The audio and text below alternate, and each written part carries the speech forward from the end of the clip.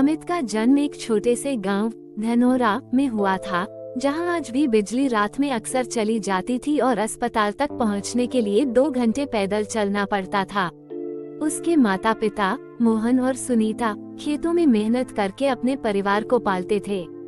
दोनों ने बेटे के जन्म पर खूब खुशियां मनाई, लेकिन ये खुशी ज्यादा देर टिक नहीं सकी। जन्म के कुछ दिन बाद ही डॉक्टर ने बताया कि अमित को पोलियो हो गया है। आपका बेटा शायद कभी अपने पैरों पर खड़ा नहीं हो पाएगा। डॉक्टर की ये बात सुनकर जैसे आसमान गिर पड़ा। मोहल्ले में कानाफूसी शुरू हो गई। लंगड़ा बच्चा पैदा हुआ है, अब जिंदगी भर दूसरों पर बोझ बनेगा। लेकिन अमित की मां ने आंसू पोंछकर कहा, अगर भगवान ने एक दरवाजा बंद किया है तो दूसरा खोलने का भी भरोसा दिया है।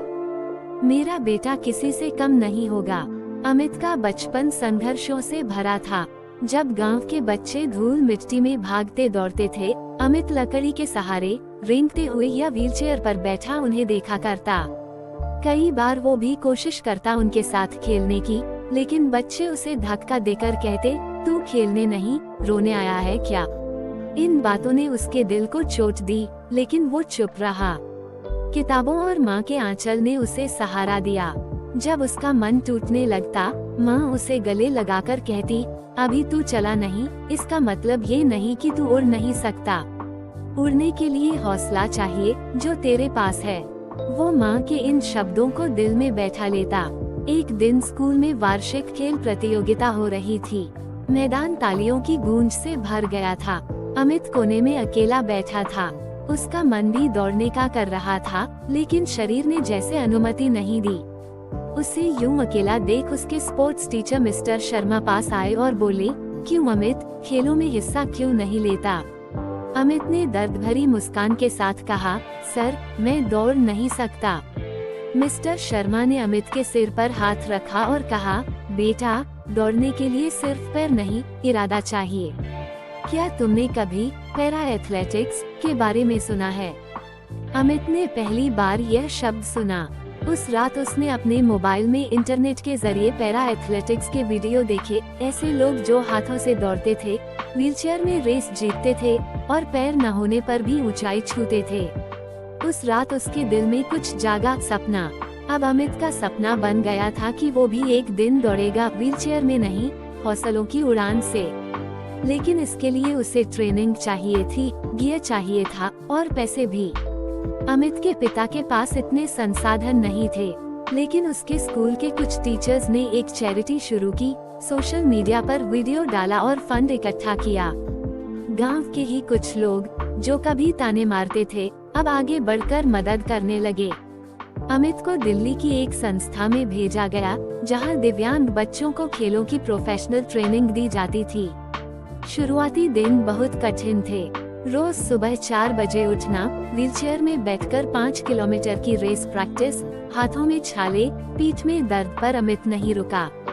उसका कोच राजवीर सर उसे हर बार कहते, जो सबसे कमजोर दिखता है वही सबसे बड़ा योद्धा निकलता है, तुम रुकना मत। लगभग 2 साल की कठोर मेहनत के बाद अमित को नेशनल पैरा एथलेटिक्स चैंपियनशिप में 200 मीटर व्हीलचेयर रेस में हिस्सा लेने का मौका मिला।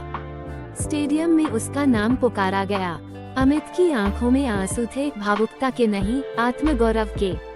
वो मंच पर गया, अपनी व्हीलचेयर को सीधा किया और खुद से कहा, आज मैं सिर्फ दौड़ नहीं रहा, मैं अपने सपनों का पीछा कर रहा हूँ। सीटी बजी और रेस शुरू हुई। अमित ने शुरू में थोड़ा धीमा किया, फिर पूरी ताकत से पहियों को घुमाया। अंत में जब वह फिनिश लाइन पर पहुंचा, तो उसे यकीन नहीं हुआ, वो दूसरे स्थान पर था, सिल्वर मेडल। उसके कोच ने गले लगाकर कहा, ये बस शुरुआत है बेटा, मंजिल अब भी बाकी है। अमित की कहानी अखबारों और न्यूज चैनलों में छपने लगी। अपाहिज बच्चा बना नेशनल एथलीट, विकलांग नहीं, विजेता है अमित, जैसे शीर्षकों ने पूरे देश का ध्यान खींचा। अब अमित को और मौके मिलने लगे, नेशनल कैंप में शामिल होने का, इंटरनेशनल टूर्नामेंट के लिए ट्रेनिंग का। एक बार एक रिपोर्टर ने उससे पूछा, तुम्हें सबसे ज्यादा खुशी कब हुई? अमित ने मुस्कुराकर जवाब दिया, जब वो लोग जिन्होंने मुझे बोझ कहा था, आज मुझे प्रेरणा कहते हैं। अमित अब न सिर्फ एक एथलीट था, बल्कि हजारों युवाओं का आइडल बन चुका था। उसने एक एनजीओ भी शुरू की, जिसमें दिव्यांग बच्चों को ट्रेनिंग, करियर गाइडेंस और हौसला दिया जाता है। आज वो छोटे छोटे गांवों में जाता है, जहां अब भी कई अमित हैं जो हिम्मत हार चुके हैं, जो खुद को बेकार समझते हैं। अमित उनसे कहता, अगर मैं दौड़ सकता हूँ, तो तुम उड़ क्यों नहीं सकते? अमित को उसके योगदान और उपलब्धियों के लिए भारत सरकार द्वारा राष्ट्रीय बाल प्रेरणा पुरस्कार से सम्मानित किया गया।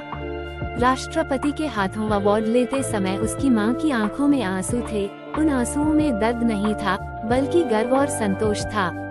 अमित का अगला सपना अब पैरा ओलंपिक्स में भारत का प्रतिनिधित्व करना है। वो दिन रात मेहनत कर रहा है और जानता है कि उसकी कहानी अभी अधूरी नहीं है, बल्कि शुरू हो चुकी है। हमारी दुनिया अक्सर शरीर की सीमाओं को देखती है, लेकिन हौसले की ऊंचाई को नहीं समझती।